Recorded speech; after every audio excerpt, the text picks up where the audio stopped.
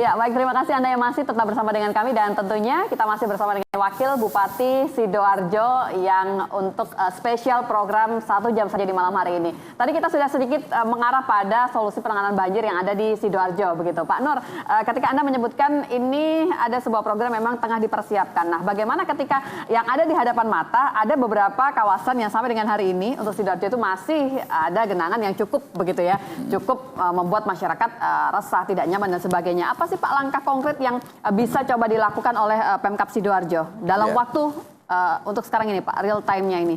Ya, ini kan ada dua desa itu yang ada di Tanggulangin ya. Ini kita sudah mencanangkan tanggap darurat. Jadi sudah masuk tanggap darurat, saya teken tanggal 19 Januari ya.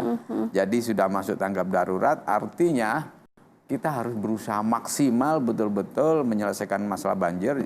Yang kedua, kita harus memberikan bantuan penyelamatan terhadap dampak sosial kepada masyarakat. Jadi dengan tanggap darurat ini akhirnya kita bisa mengambil dana yang dari BTT itu, biar dana tidak terduga itu kita sudah mengambil 2,7 miliar sehingga langkah-langkah untuk penanganan ini bisa maksimal. Yang bisa kita lakukan adalah yang pertama kita pompa ini kita sediakan sebanyak-banyaknya. Hari ini sekitar ada 12 pompa yang ada di sana.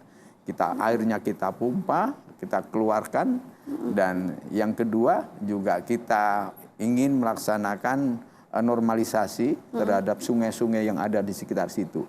Karena sungai-sungai di sekitar situ tuh aslinya itu, mohon maaf, awalnya lebar, sekarang ini menjadi kecil sekali.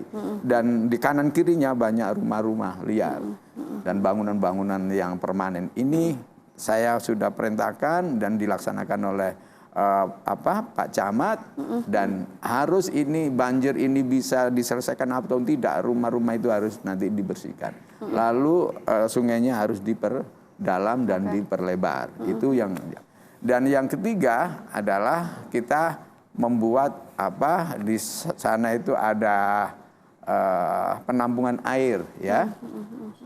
Ada busem. Jadi saya sudah melihat keadaan dan peta yang ada, bahwasanya desa itu punya lahan TKD yang cukup luas. Maka lahan TKD ini ke depan memang tidak bisa semerta-merta langsung ya. Ke depan dalam arti bisa PAK yang akan datang, kami buat busem. Jadi kita keruk, lalu kita jadikan busem sehingga nantinya setelah ini jadi kita serahkan kepada desa. Desa bisa mengelola dan memanage dengan baik, bisa saja untuk kolam dan lain sebagainya, bisa saja untuk wisata yang nantinya juga bisa dimasukkan kepada BUMDes dan nantinya pendapatannya bisa masuk desa. Karena beberapa pengamat menyatakan bahwasanya desa Dung Banteng dan Banjarasri ini posisinya agak rendah, cekung. Agak cekung. Ini dari bapak-bapak dari ITS sudah demikian.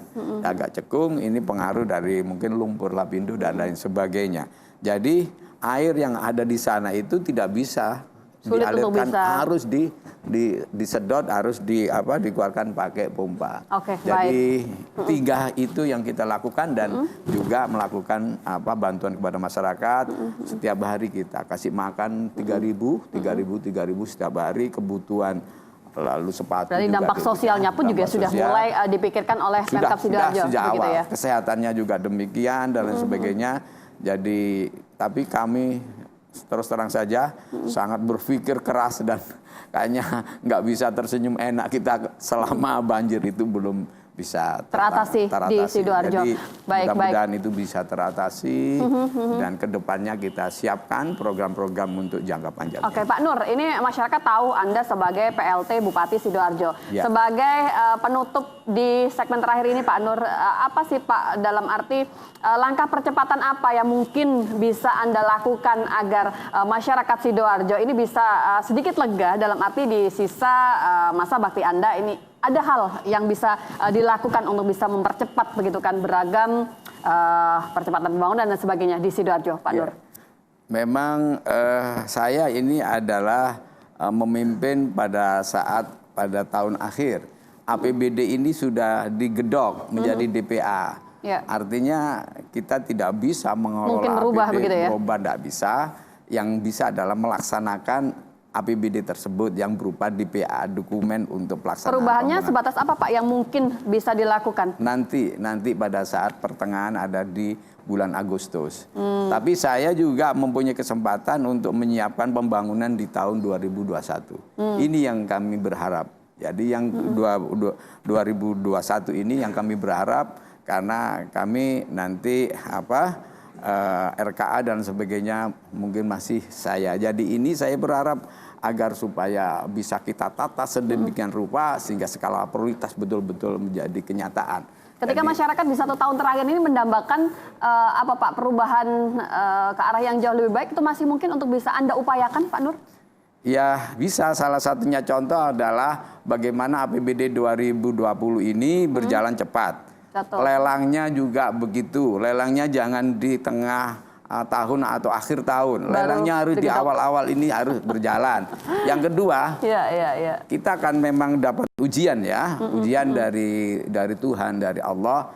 Saya memang tidak terlalu penting kita menoleh ke belakang, menoleh ke kanan kiri, menyalahkan orang, tidak saya.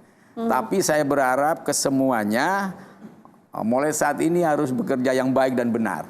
Baik. Saya mengajak bekerja yang baik, yang benar, yang sesuai dengan yang diinginkan oleh rakyat. Itu harapan saya seperti itu. Tadi yang lain yang kemarin-kemarin itu kalau ada kekhilafan dan lain sebagainya, marilah kita ganti dengan bekerja yang baik dan benar. Hanya itu saja keinginan saya. Saya tidak ingin menuding, menyalahkan dan sebagainya. Karena itu bukan penyelesaian yang baik.